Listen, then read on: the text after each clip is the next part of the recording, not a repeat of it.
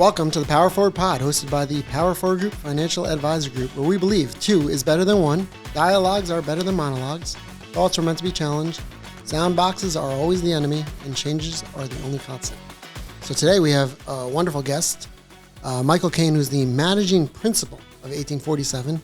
As some background, 1847 has been our national partner for almost the last decade. And we're relationship people, and I really think it started with Michael. So Michael, do you remember the first time we met? I do. Okay, let's hear. We were sitting in a conference room right here at 2 Park Avenue. I think it was around 11 a.m. And we had a great conversation. I still remember what you were wearing too. Oh my God. Yeah, kind of creepy, right? I still can fit into my high school clothing sometimes. That's right. And that's 24 years ago. Cargo pants every time. All the time. Cargo shorts. They are coming back. Coming back in And style. the high socks are coming back. I don't know if you've seen that. I can't pull that one off. off. I can't either. But I dream of it. But you remember what I was wearing? I probably still have the same wardrobe. Yeah. Same clothing. Some of it might be in the closet at work. Don't bring it home anymore. Yep. Yeah.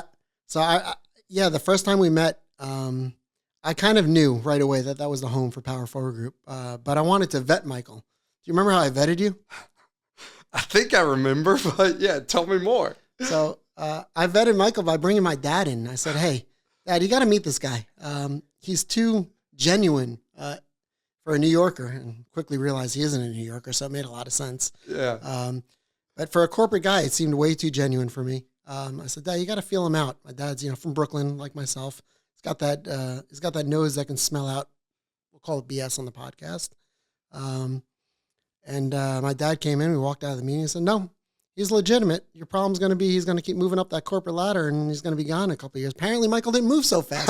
No, but we'll talk more about that. We'll talk more about the changes and the industry changes that I think have gone on in the last decade. Oh, that's great. But were you shocked that I brought my dad in? I was. I wasn't going to say that when I said, "Yeah, I remember what you were wearing." I was going to say, and I remember your dad being there, but I thought, maybe I won't bring that up. But I appreciate you sharing that. I love your dad as well. Yeah. But we tell clients that also in financial planning meetings. Sometimes we meet with young associate attorneys. They're 2 years out of law school, maybe 26, 27 years old. And they don't spend a lot of time thinking about their money and their investments, and their parents always handle that. And now they're on their own, and you sense a discomfort. And we say, if there's anybody you need to bring in, sometimes a spouse, but it's also a parent. Bring in your parent. It is. It's shocking how you were born and raised with money a lot of times just comes into your life every single day. And the psychology that you have behind how you were raised, how your parents dealt with money, how your family talked about money certainly impacts how you live today. Amazing transition, because that's where we're going to go next. Yeah? I want to hear about. There you go. I want to hear about your money story and why you ended up. Well, Mike's from Virginia originally. So tell us about that and how you ended up in New York. Yeah, so I was born and raised in the western part of Virginia. Always was interested in money. Actually worked in high school. We were able to have a mentor program and worked with a stockbroker back when a true stockbroker was a real thing, a local person. Learned a lot from that person. But I thought going into it, it was all about, okay, what stock are you going to pick? All of those different things. And then went to Virginia Tech, studied in their financial planning program down in Blacksburg, Virginia.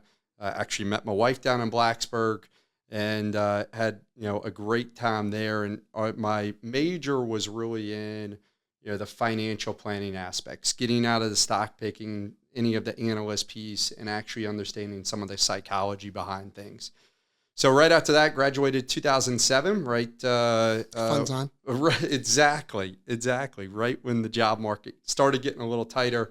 Was fortunate enough to become a financial advisor in 2007. Outside, so it almost sounds to me like you knew almost from the end of high school that you were going to go into financial advisory, financial planning, that area. Yes, that was always my goal in this. What about your upbringing? What about your family? Like, was there anything about that created that need? Yeah, good question. My dad was actually a CFP initially, and so learned a lot from him on that, and always enjoyed, quite frankly, making money, working, doing all of those things. I was always doing odd jobs to create a couple dollars, and mowing lawn. Like, what's an odd job? Yeah, mowing lawn. My first actual job was picking weeds at a place, $5.15 an hour.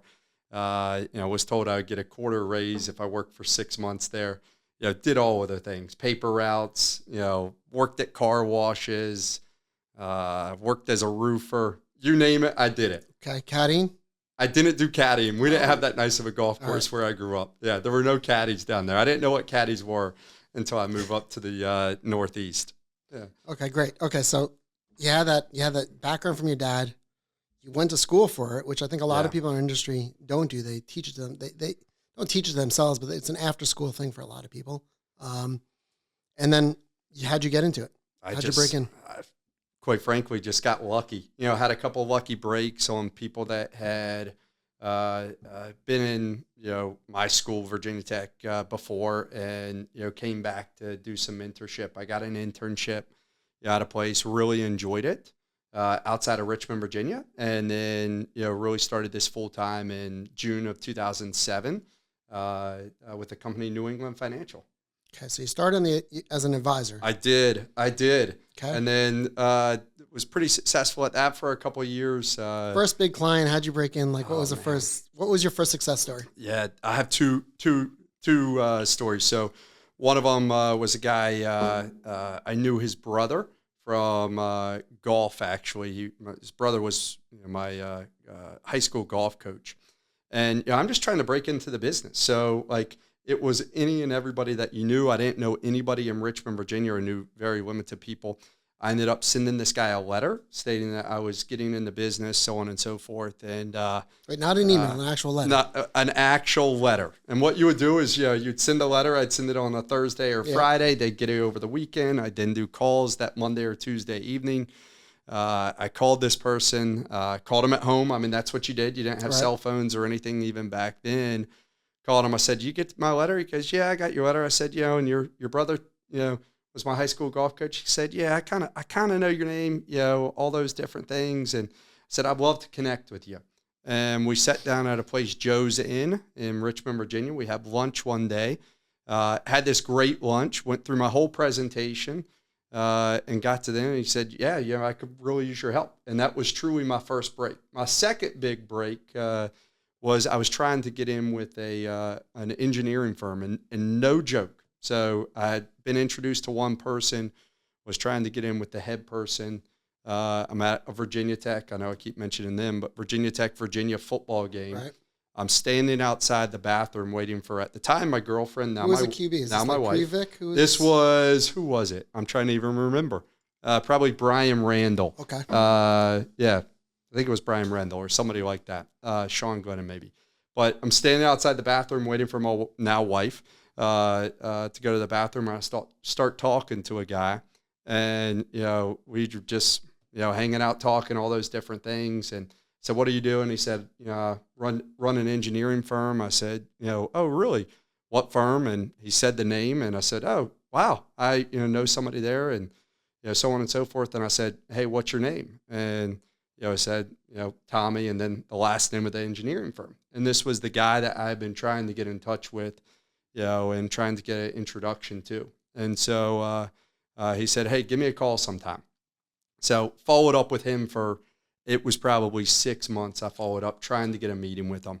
Finally get a meeting with him, and he said, "Hey, I'm all set, but I'm going to tell you all the people that are about to become executives at the company. Wow. And I'll introduce you to them, and definitely use my name, that they should be meeting with you." And that was my second break in the business. So you used your background at Virginia Tech to create the center of influence by kind of making yourself, getting uncomfortable, being comfortable. Yeah. And then did you get Mara a gift after you closed? I did not. For going to the bathroom? I did not. Because it all came from her going to the bathroom. I probably should have, but it's one of those things I've always found, the more successful a person is, the more willing to help they are, because everyone has gotten a break. I don't care who it is. Someone has received a break at some point in their life. And I think the more successful people, understand that and are trying to help somebody else along the way. Yeah, I think that's true, and I think that's wonderful. A wonderful outlook, right? And there's also always luck, right? Luck of the breaks is part of the game. It's not just because you're great at what you do. You could be good at what you do, but you got to find the breaks. You got to find the breaks, and you got to see the break, and you got to realize it when it's a break and appreciate it and hit it. Right. So now you've got this great clientele. Yeah. You're running through this engineering firm, all the executives. Yeah. And then you say, "Hey, I'm going to New York." How does that work? Geez. Another lucky break. honestly. So New England Financial became MetLife. I was at a meeting down in Boca Raton, Florida, actually, and one of the execs at MetLife took a liking to me, and started mentor. I asked him to mentor me as well, and so we started doing monthly calls. And after a couple of months, he said, you really be good at management. And I said, wow, appreciate that, and I'd like to look into that. And he said, but if you want to become a manager, you got to move to a big city. Right. The trend then was big firms. A lot of advisors, all of those different things. And so I remember he introduced me to somebody right outside of New York City. It was April. It's funny, the things that you remember, right? It was this beautiful April day down in Virginia. I took the train up to, right outside of New York to meet with this person. And when I got off the train, it was cold. It was gray. It was windy, rainy, all of those different things. But met with this person. I remember calling my wife that evening and saying, hey, I think we're going to move up to, what we thought we were going to move was outside of New York and into Connecticut area. And my wife said, if we're going to live that close to New York City, we were living in New York City. That was in 2011. And, we were supposed to be up here for a couple of years. And as luck would have it, it's one of those deals that, you're here 13 years later. Yeah, I mean, in some ways, I'm born and bred in Brooklyn my whole life. I feel like you're more of a New Yorker than I am. Was that your welcome to New York moment? Was that gray skies? Or was it welcome to New York moment? My welcome to New York moment was I was walking out of our apartment. I was in a suit and tie. It was pouring rain, and a bus went by me and sprayed me from head to toe with water, and I walked right back in. Yeah, my wife still, makes fun of me for those moments, but that was truly my welcome to New York, moment. So your lesson was never to wear a tie to work again? My lesson was never wear a tie to work, never wear a true suit, all of those different things, right. And watch for puddles. Okay. So, all right. So now you're in management, right? You're in New York, you're in the big city. We'll come back to geography and what geography means. Yeah. But so you went from having a mentor, was the idea of going to management, wanting to mentor others? Like what was interesting to you about management?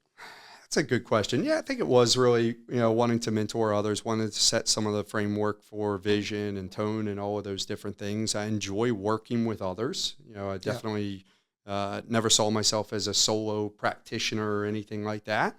And, I found that I enjoy bringing people into the business and bringing people from other firms over to our business and, trying to, like I said, set some of that vision more than I did even running a practice. Right. So transitioned out of that over the years. Yeah, and I'll tell you what we felt that. I mean, what attracted that first meeting and the second one where I brought my dad, outside of you being genuine and not being a New Yorker, I think the attraction was it felt like a startup culture. You're mentoring, and Michael's younger than me, so that was odd in itself. A decade ago, I felt young, and this guy's in management. He's older than me, but is younger than me. Excuse me. It was the idea of we wanted to build Power Forward Group in the image that we wanted to build it in, and there wasn't this sense of, hey, this is the protocol, this is the way I want to build a firm, this is the way 1847 or Michael Kane wants to build a firm. It was, let's hear your vision, and then let's support that vision. Was that something your mentor taught you? How did that come about? Because that's not natural in our industry. Our industry is very top down. Yeah, I'm going to give this one back to the first person that brought me in the business. And it was always, hey, you need to listen more than you need to talk, and you need to figure out what somebody is trying to accomplish, and then you can help them get there. I remember even, we were working on a large case years ago, and a big time attorney, and his first line, that he shared, you expect something for them to go, all right, you need to do this, this, and this. And the guy said, hey, if I can truly understand what you're looking to accomplish, I can help you get there. So tell me what you're trying to do. And it was really that, hey, I don't have any preconceived notions on what you're trying to do. Every business looks different. Everyone has different things that they're trying to do. And that's really what we've tried to build our business. I appreciate you saying around that startup feel and feeling of, okay, we can fail at different things and we're going to take a chance. I mean, I think about a couple of the things that we tried and more epic fails, and a couple of the things that we thought were gonna just barely get by, and have been some of the bigger successes that we've had. And that's what we continue to try to do, and continue to try to go. All right, y'all are our client and how we support that. And that Power Forward group, I think y'all actually do the best job on that, around listening to your clients on what they want to do and how they want to do it, and then putting a plan around it. Yeah. A lot of my early training in the industry, from, so to speak, experts and teachers. And I think a lot of it came out of, like, to me, it's always like a Hoover vacuum salesman. I'm going to come to your house and tell you, why you need a Hoover vacuum, why you need this specific product, which is that's saying, hey, my product is the best and you have to buy my product. It's not, let me hear what's going on in your world and figure out what solves your need. And the beauty about being a financial planner, financial professionals, we have a whole quiver of solutions for different people and different ideas that really starts with a plan. But a lot of the trainers began with trying to find the problem, right? You go into a client, you're going to find that problem, and you're going to almost exploit that problem because that's your sale. And to me, that's like, all right, if I have a contractor come into my house and I'm thinking about building a porch, the last thing I want to hear about is the issues with my plumbing, the issues with 18 other things that he's going to come up with that I got to pay for. It's, let's make my house beautiful. Let's implement my vision. Yeah. That's, I think, the way we think about our clients is, where do you want to go? Where do you want to be? And then that's all about listening, right? Then you stop and pause, which I'm not doing right now, but that's the Brooklyn, New York in me. Yeah, I think that's the modern way. And when we think about changes and shifts in the industry, before we get to geographic changes, for you wrote your first intro was on paper. You wrote a letter. Yes. Right? What are the three biggest changes you've seen since you've been around? Geez.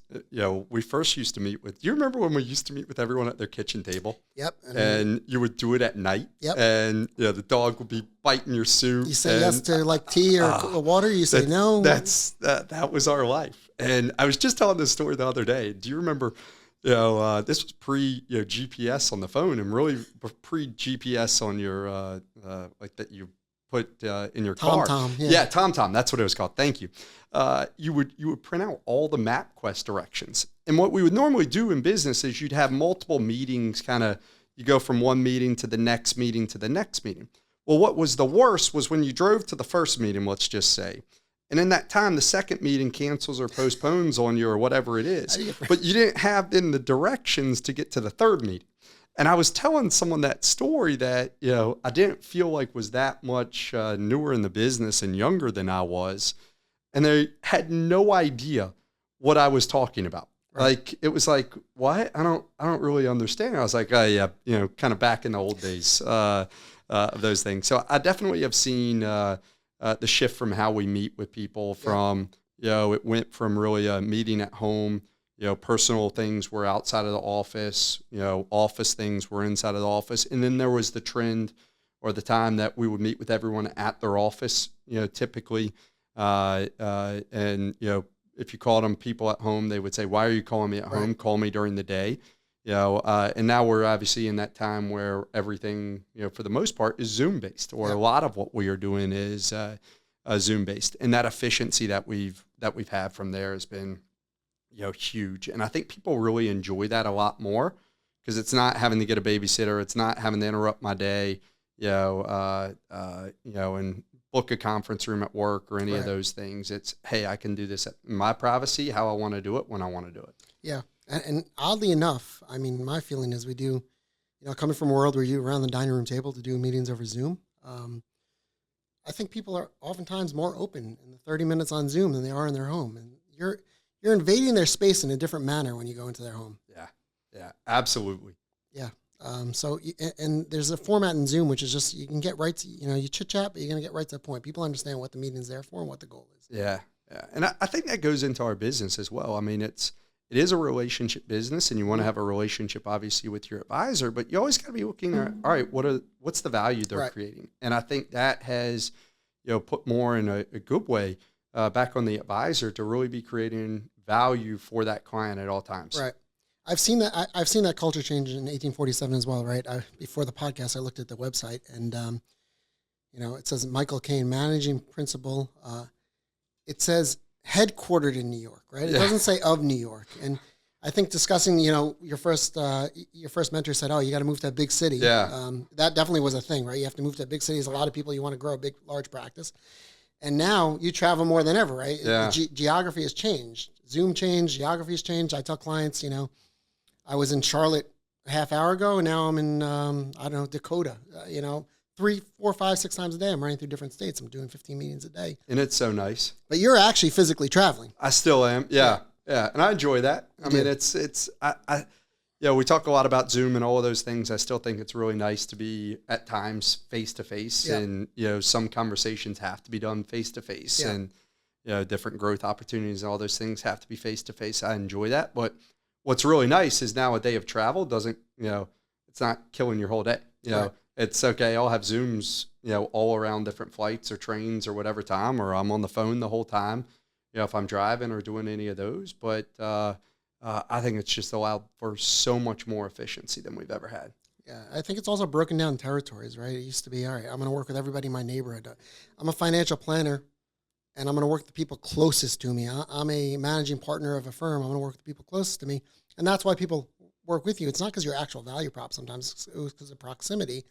So when it says headquartered in New York, that's not your territory anymore. No. Right? You have offices in, where are the offices that you're dealing with? Virginia, North Carolina, obviously New York, Connecticut, Mass, let me think, New Hampshire, Vermont, California, Colorado, Texas, Florida. So you got to get on the road now. You're there, right? Yeah, I'm there. On the road. So you're a road warrior a little bit. How's work-life balance?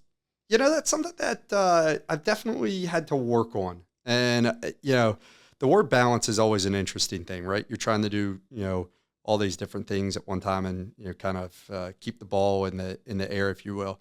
I'm definitely embracing the aspect around, hey, if I'm going to be on the road, I'd rather work from, whatever time I get up to, when my eyes can't stay open anymore, and be all in on those.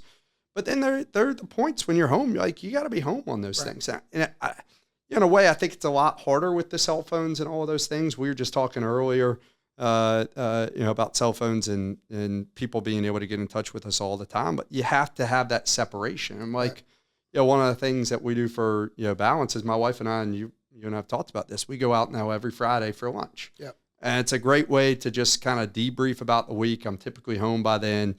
Talk about the kids. What are we doing this weekend? Reconnect on different things, and that's a balance that, it's really nice now. Pretty much we'll not take a meeting from that 12 o'clock till 2 o'clock spot, because that is our time. And in the past, that would have been me sitting in an office. Right. And having that has created, I think, just really good, a lot of good aspects for, both work and for home. Yeah. It's important to force that disconnect. The article that Michael's referring to was in the Wall Street Journal last week, and it said the ultimate CEO power move now is to get rid of smartphones, have a flip phone or a pager, and that's it, right? That's you're locking out your time. It's the only way to reach the person. I'm sure that CEO's got his own iPhone in the bathroom that he's hiding, but show your employees that you don't have it. I love what they're saying. I also think it would be incredibly difficult for me to give up the iPhone and give up the iPad and all the control that I feel I have from that. Yeah, for sure. But we all I kind of laugh at some of the out of office messages that you get, and I don't know if a lot of us are similar. If somebody puts up an out of office message, but they're sitting there looking at their phone, and checking emails just as quick as if they were sitting behind the desk, maybe even quicker. And so I think it really is important to be at least thoughtful around, hey, how are you going to have some balance in your life? How do you have some personal time? How do you enjoy your hobbies and those different things? Right. So we're working together a decade with you guys as our great support in the background. When you think about kind of the next decade out, right, the 10-year outlook for professionally 1847 as well as individually for Michael Kane, what excites you and what are you afraid of? What scares you? I'm more optimistic than I've ever been. So I'm going to say that. This guy's great at making lemonade out of lemons. Really good at it. There are going to continue to be changes. There are going to continue to be changes in this world that we can control, and continue to be changes that we can't control. I feel like, with partnering with y'all and Power Forward and what we're doing at 1847, we're so well positioned to be able to handle that change. And I know we don't even know what's around the corner and all the different things, but again, it's okay. How do we handle that? How do we embrace this? How do we be lean enough and nimble enough that we can make changes quickly? And I think we're in a really good spot there. And then what really excites me as well is I think the need for advice from firms like yours is is more important now than it's ever been. And the reason I say that is because everyone has information, everyone has access to any information at all. You need somebody to help you. You need somebody to look through and say, okay, is this information good information? Should I do something with it? Should I not? And really to keep you staying as unemotional as you can.